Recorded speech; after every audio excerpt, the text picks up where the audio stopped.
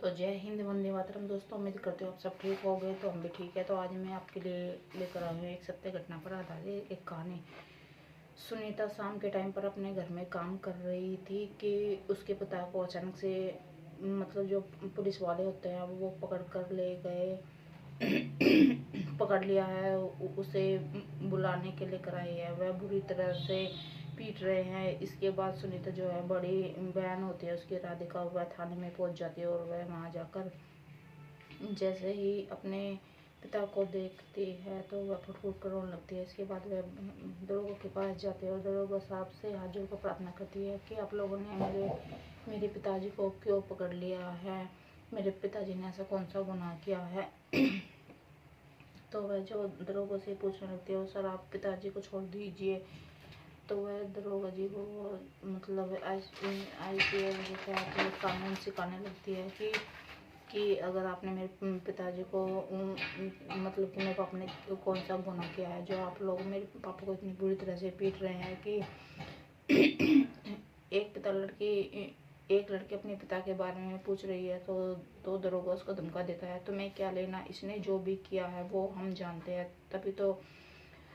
तभी तो सुनीता होती है IPS के धाराओं के बारे में, अपने मौलिक अधिकारों के बारे में बताने लगती है। जैसे ही दरोगा देखता है तो कि यह तो कानून चाट रही है कि वह उस पर और ज़्यादा गुस्सा हो जाता है और वह उसे धक्के मारकर थाने से बाहर निकलवा देता है। उस लड़की के इसके बाद वह फुट फुट कर दरोगा को धक्के मारकर बाहर निकलवा देता है। इस लड़की इसके बाद वह फुट फुट कर रोने लगती है और अपने पिता की हालत के बारे में सोचती है और देश के संविधान के बारे में भी सोचती है।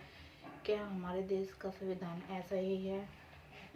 क्या किया था उसके पिता ने जो उन्होंने पुलिस ने पकड़ लिया था, और क्या हुआ था इस कहानी में। तो इस कहानी को पूरा जानने के लिए वीडियो को पूरा अंत तक देखें, बगैर स्क्रैप करे मत देखे। पुलिस वाले सुनीता से बोलते हैं कि हमें 10,000 रुपये दे दो, हम तुम्हारे पिताजी को छोड़ देंगे। सुनीता को एक थाने के बाहर एक लड़का मिल जाता है। वह बात करने के लिए वह उसको अंदर बात करने के लिए भेज देती है कि जाओ तुम अंदर बात करके आओ कि वो मेरे पापा को पैसे देने के बाद तो छोड़ देंगे ना। तो वो दरोगा के पास जाता है। तो दरोगा बोलता है कि हाँ हाँ हम इन्हें छोड़ देंगे, बस तुम जल्दी से पैसे ले आओ। लेकर आते हैं और तो कि साहब हम पैसे ले आए हैं और आप मेरे पापा को छोड़ दीजिए। तो हाँ, उसके बाद अगर तुम जल्दी से पैसे ले आओगे तो हम इन्हें छोड़ देंगे और बात आगे नहीं बढ़ेगी और तुम्हारे पिताजी को छोड़ दिया जाएगा। केवल सुनीता उस लड़के के साथ बैठकर वहीं पर आती है। केवल सुनीता वहीं पर आती है और जहाँ वो रहा करती थी पड़ोसियों से कुछ रुपये उधार मांगकर दोबारा से थाने पहुंच जाती है और वहां जाकर उन पैसों को दे देती है और सुनीता के पिताजी को छोड़ दिया जाता है। लेकिन दरोगा सुनीता को दोबारा से वार्निंग देता है, अगर आइंदा से तुमने मुझे कानून सिखाने की कोशिश करी तो मैं तुम्हें और तुम्हारे पूरे परिवार को जेल में डाल दूंगा। तो कि जो सुनीता होती है उसको एक बार ये सुनकर तो बहुत बुरा लगता है कि उसको पुलिस वाले किस तरह से धमका रहे हैं। तो वह बेचारी चुपचाप उनकी तरफ देखती रहती है।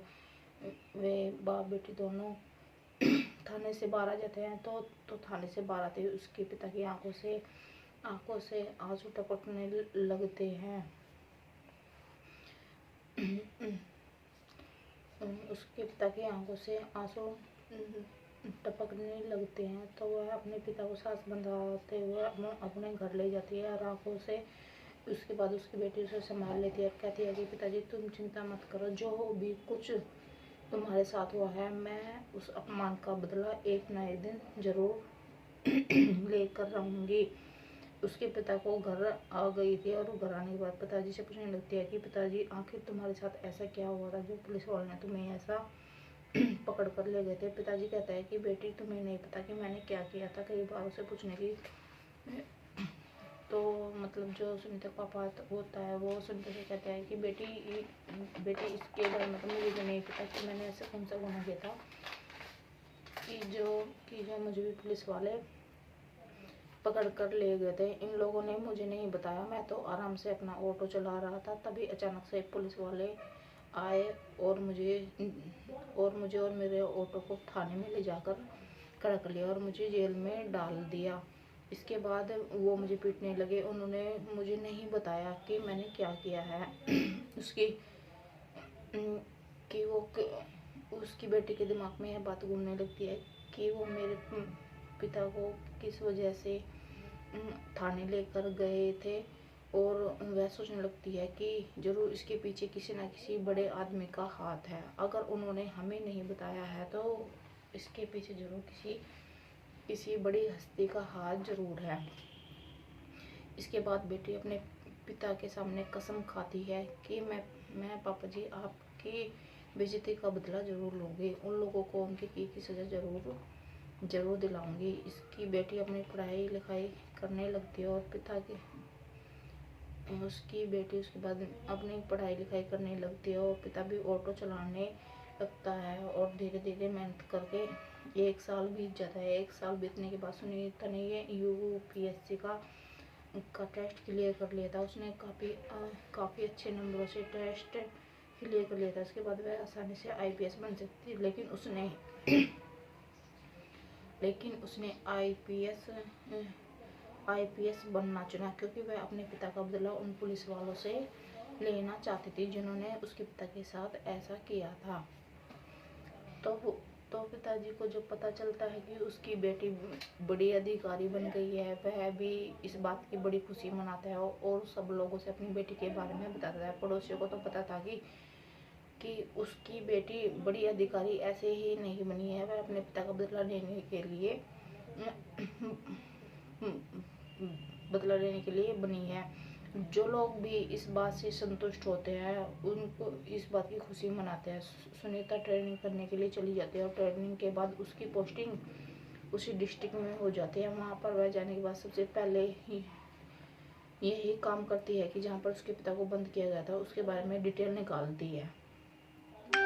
मतलब कि जो भी उसके पिता के साथ जो टॉर्चर हुआ था वह उसी के बारे में डिटेल निकालते हैं। जो दरोगा उस थाने में काम किया करता था वह उसी डिस्ट्रिक्ट में है। अब यह बात सुनकर मोनिका को जैसे कि मुंह मांगी मुराद मिल गई हो। जिससे वो बदला लेना चाहती थी वो उसी के नीचे काम किया करता था। इसके बाद सुनीता उसको आने का नोटिस भिजवाती है। वह दरोगा वहाँ पर आ जाता है। तो सुनीता को वह देखते ही सलूट करते हैं। तो सुनीता अपने ऑफिस में बैठी हुई थी तो सुनीता और उसके सलूट का रिएक्शन कुछ भी नहीं देती है। तो जो सुनीता उससे जो कि उनके बीच पहले बात हुई थी तो वो उनके बारे में पूछने लगती है कि क्या तुम्हें याद है 1 साल पहले तुमने मेरे पिताजी को बंद किया था, वह किसकी वजह से किया था। तो वो जो दरोगा है वो ये सब सुनकर चौंक जाता है कि तो वो मैडम से पूछता है कि मैम आपको कैसे पता कि ये केस हुआ था। तो वह सुनीता कहती है मैं उसी बाप की बेटी हूँ जिसको तुम लोगों ने यहाँ पे अंदर बंद किया था। तो वह दरोगा सुनीता की ये बात सुनकर थर-थर काँपने लगता है कि मैडम जी मुझे माफ़ कर दो, हाथ पैर जोड़ने लगता है। तो सुनीता फिर भी नहीं मानती है। सुनीता कहती है कि इस केस को ओपन करवाओ, मैं इस केस की तह तक जरूर जाना चाहूँगी। काँपने लगता है कि विधायक के तो जो दरोगा होता है वो सुनीता को वो बताता है कि आपके पापा को वो विधायक साहब ने प्रचार के लिए बुलाया था। तो जो आपके पिताजी को पैसे नहीं मिले तो इस वजह से आपके पापा वहाँ पर ऑटो लेकर नहीं गए थे। मतलब कि बहुत सारे ऑटो वाले थे जो कि वो वहाँ पर ऑटो लेकर नहीं गए थे और वो बीच रास्ते से वापस आ गए थे। तो किसी ने विधायक साहब को इस चीज़ की कंप्लेन कर दी थी कि भाई ये इस नाम का आदमी ऑटो लेकर प्रचार में नहीं गया है। तो इसलिए विधायक साहब ने उनके साथ ऐसा करवाया था कि उन सभी ऑटो वालों को पकड़कर जेल में डाल दो, उठवा लिया गया था। और जिन जिन के पैसे आ गए थे उनको छोड़ दिया गया था, और जिनके पैसे नहीं आए थे उन्होंने उनको आगे भेज दिया गया था। जब वो केस ओपन हो जाता है तो वह जो दरोगा होता है उसको अपनी नौकरी की चिंता होने लगती है, और वह अपनी नौकरी के बारे में सोचने लगता है, और वह मैडम के सामने हाथ पैर जोड़ने और वह नौकरी की चिंता हो जाती है। लेकिन एसपी साहिबा उसे माफ़ नहीं करती है, और वह दरोगा सस्पेंड हो जाता है और अपनी नौकरी से भी हाथ धो बैठता है। तो दोस्तों, आप लोग को ये मेरी कहानी कैसे लगी ज़रूर बताइएगा। ऐसी कहानी एक बार फिर से हाजिर होंगी मैं आप लोगों के सामने। जय हिंद, वंदे मातरम।